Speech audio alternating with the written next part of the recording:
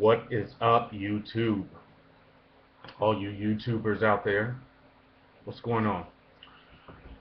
Anyway, I want to thank everybody who goes to support these videos. I understand that there's really no rhyme or reason to the videos that I do. I mean, I just kind of sporadically just post whatever I'm thinking about in the moment.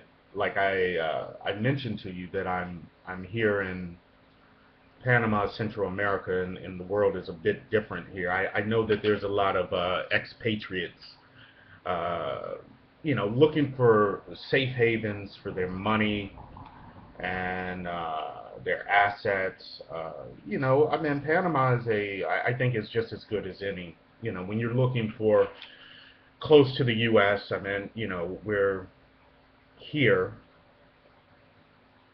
on the border of Colombia. Really, Colombia is south of Panama City.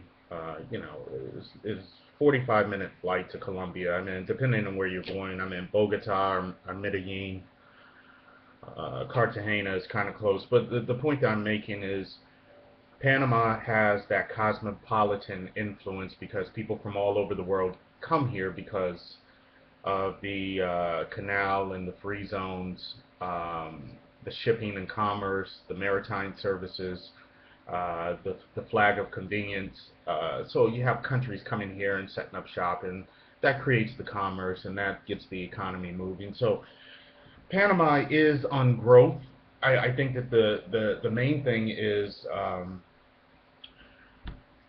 accepting the infrastructure of Panama, I mean, because it is still Latin, it's developing third world, not harsh third world, but the developing third world culture. And so coming from North America, especially if you, I mean, me coming from DC, ultra conservative, the U.S. ultra conservative, I mean, it's like a major culture shock when you get here. But like I said, the free zones, the canal zones, the commerce that comes here, the fact that U.S. dollars are used primarily here, I mean, it makes everything so easy with banking and transfers and stuff like not easy, but easier. Rather than being tied up somewhere across the Atlantic. At least here, your assets, if push came to shove, you can get in your car and drive to Panama. That's more than I can say for some of these safe havens that people put their money in, Australia and New Zealand and Switzerland and Hong Kong. I mean, if you can't catch a flight or catch a boat across, how are you going to get there? Worst comes worse, you come here to Panama and you're able to put your assets somewhere that are attainable. Real estate, anonymous corporations, physical gold and silver bullion. We can help you with permanent residencies. Anyway, the point of this video, I want to get here real quickly because I made a comment of on Mike Maloney's the gold drop of what's happening in the gold market right now, and so we saw this. Gold was teetering like on, slightly above 1200, and then it falls. Oh, okay, now it's below 1200. It's in the 1100s. We'll go to 1100 now. Oh, is it 1100? Oh my God, are we going to see $1,000 gold price? Maybe, maybe not. Then it creeps back up, and then it falls back down a little, then creeps back, and then it falls. It always closes lower than it opens. And I figured something out. I mean, this is like heavy manipulation. It's heavy manipulation on the parts of those big banksters that manipulate this market and don't have the physical assets to cover the amount of paper certificates that they're selling to their clients, which, I mean, should be fraud in itself. I mean, if I did that, I would go to jail. How come they don't go to jail? I don't know. They're all part of the same system. They're all part of the same system. that creates paper wealth out of nothing. I mean, the same thing that the Federal Reserve Bank is doing. They're creating wealth out of nothing, out of thin air. And I made the comment on Mike Maloney's recent video, I think that he posted maybe last week or something. You know, I got a lot of responses on it and some phone calls. You know, for what I mean, if you want to read the comment, it's down on my Google Plus page. Just subscribe and go to Google Plus. You'll read what I wrote. I mean, basically what I'm saying is that for someone like myself who's selling physical gold bullion, physical silver bullion, in a country like Panama where I have to pay import fees or delivery fees, insurance costs, and then try to earn a small premium on top of that, and then give my customers here who think that, you know, they're in the U.S.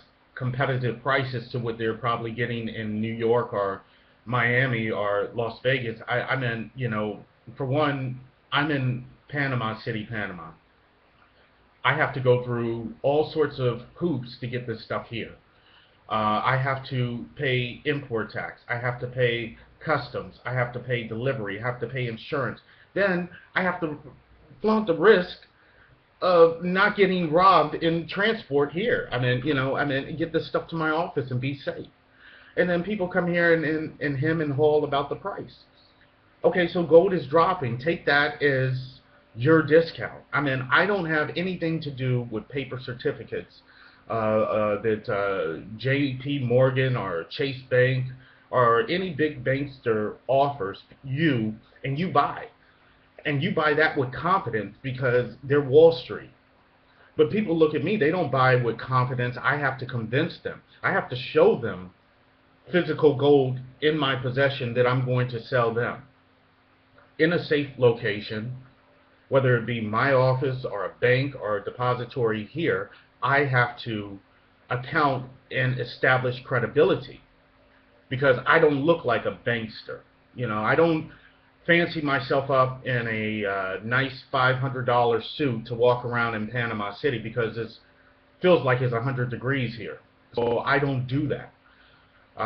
You see me here, I'm dressed, I'm casual, but I look like somebody that you probably wouldn't trust.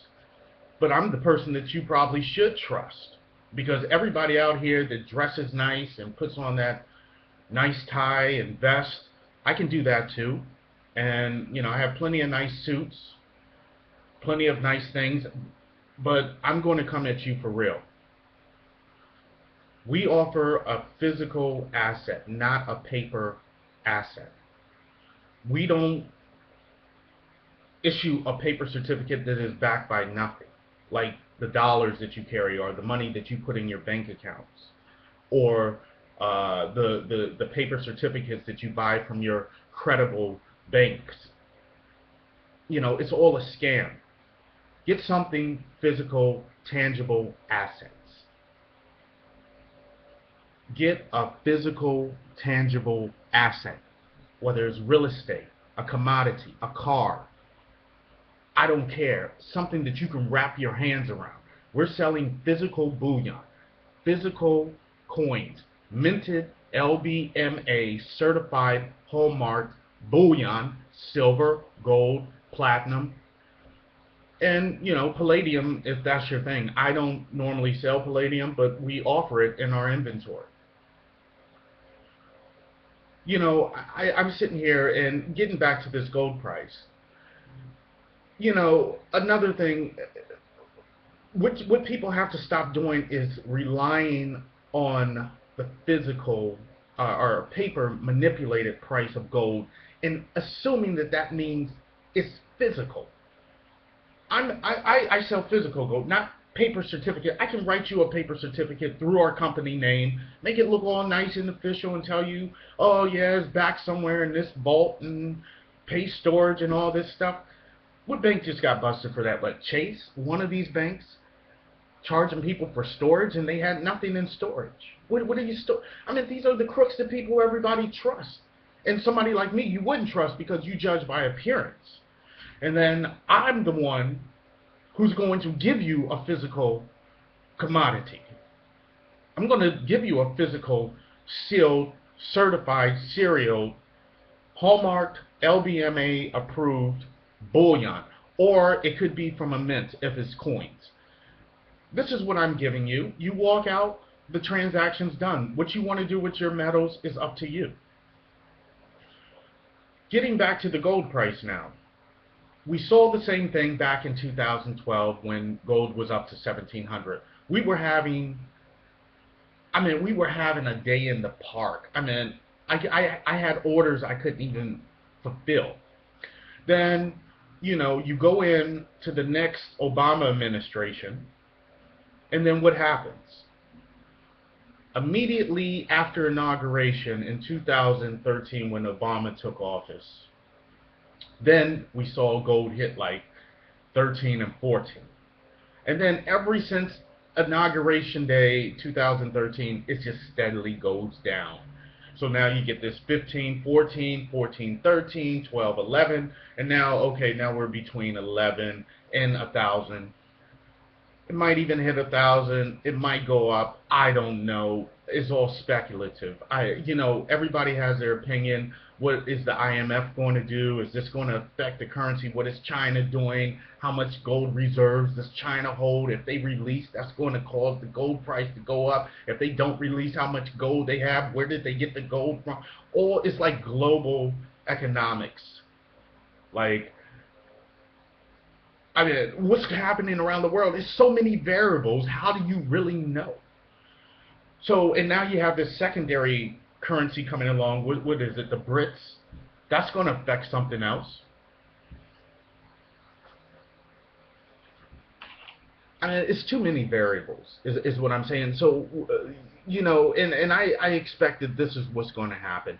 Either gold is going to go tremendously up, way above $3,000, $4,000, depending on what happens to global economics, or it's just going to continue to drive down to keep the dollar looking strong. Because when the gold price goes down, the dollar is strong. When the gold price goes up, the dollar is not doing so good. So invest in dollars. So somebody's probably sitting on Wall Street manipulating the gold and silver and palladium and platinum prices. Platinum fell below gold. I was like, what's the deal with platinum? What's that story all about? Platinum is really better than having gold. Why is that below gold?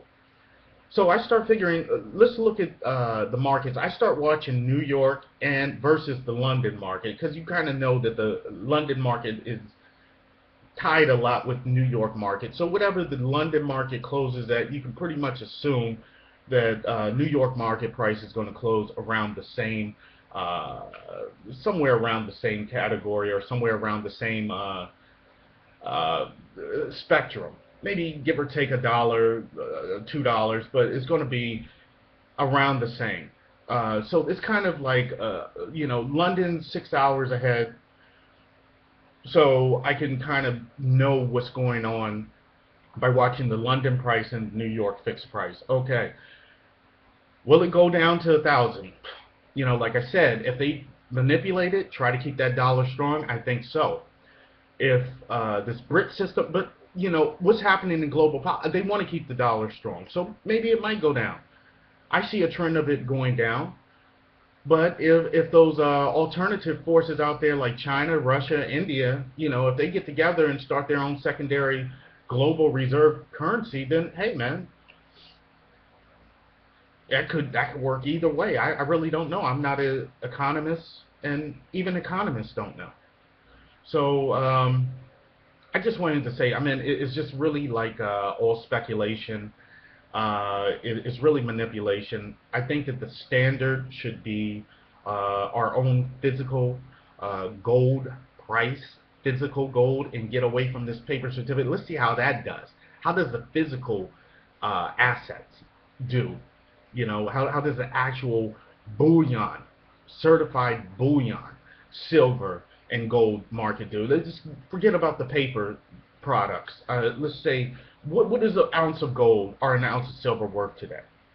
To me, the price closed around 1097 on Friday. It's Sunday. It's Sunday, August 2nd, 2015. The price closed at around 1097. on Friday, and around 14.90 New York for silver. So what is a physical ounce of silver worth to you today? For me, a minted eagle, any minted coin, whether it be a minted silver eagle, minted silver maple, is worth about $23 for me today. You may say, oh, well, that's $8 over spot. You're right, it's $8 over spot because there's a shortage. There's a shortage of silver. They're taking back orders now on places like Kitco and APMEX. I don't even know if the U.S. Mint is selling those Eagles anymore. I mean, everybody's on back order. So, I mean, it goes back to the thing of supply and demand. I mean, if there's a low a supply, so there's a higher demand. So what? Prices are going to go up. So I'm charging 23 for Eagles. Maybe you buy more, then I'll come down to maybe 22. An ounce of gold, it closed at 10.97. What? 1,300, 200 over spot. I think that's about right for a physical, packaged, certified 1 ounce bar of gold, or a nice gold eagle, or a nice gold maple leaf.